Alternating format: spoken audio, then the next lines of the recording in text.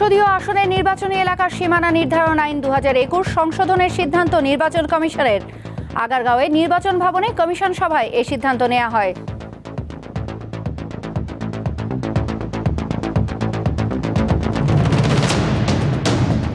জুলাই আগস্টে যারা ছাত্র জনতাকে নির্বিচারে গুলি হত্যা করেছে তাদের বিচারের আওতায় আনা হচ্ছে না, অভিযোগ বিএনপির সিনিয়র যুগ্ম মহাসচিব রুহুল কবির রিজভীর।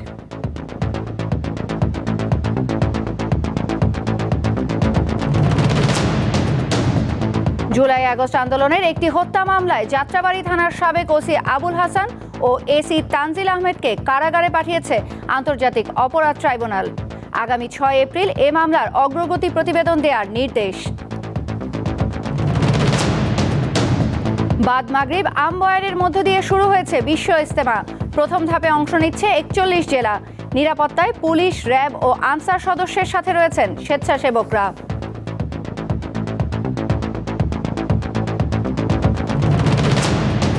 যুক্তরাষ্ট্রের ওয়াশিংটন ডিসির মাঝ আকাশে একটি ছোট বিমান ও সামরিক হেলিকপ্টারের মাঝে মুখোমুখি সংঘর্ষ। বিমানের 60 জন আরোহী ও 4 জন ক্রু ছিলেন। হেলিকপ্টারে 3 জন সেনা কর্মকর্তা ছিলেন। 19 জনের মরদেহ উদ্ধার।